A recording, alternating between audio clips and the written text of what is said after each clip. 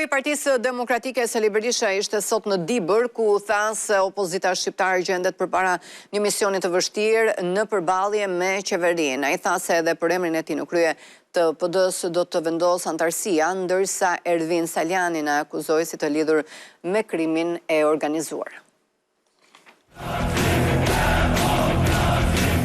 Sali Berisha 3 javë përpara zgjedhjeve në Partinë Demokratike, ku ai është kandidat i vetëm për postin e kryetarit, ka folur për këtë proces me demokratët e Dibrës, me të cilët u takua këtë të diel.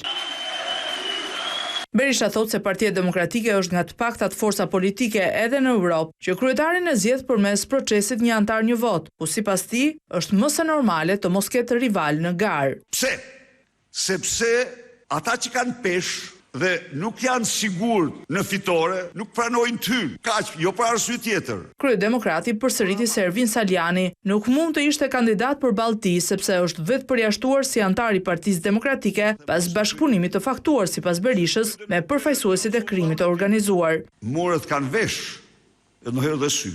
Informacione të verifikuara, ky në burg drekonte dhe darkonte me plumb gjokën dhe Oltën Bistrin. Ky ishte opozita, ata ishin byrazer të qeverisë. Shkonte në qerret të Erby Sagasi. A mundet që demokratët të pranojnë të kenë gjë njëri si ky?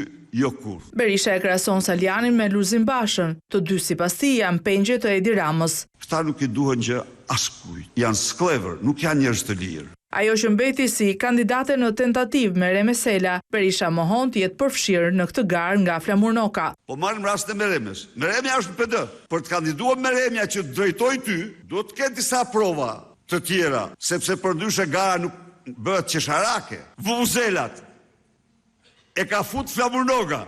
Demokratëve Dibran, të cilët i kërkuan të merret me betejën e vërtetë atë për rrëzimin e Edi Ramës, Berisha ju përgjigjet po me një kërkesë: pjesëmarrje masive në protestën e 8 majit për të përmbushur qëllimin e shpallur, qeveri teknike dhe zgjedhje të lira që do të sjellin rotacion politik.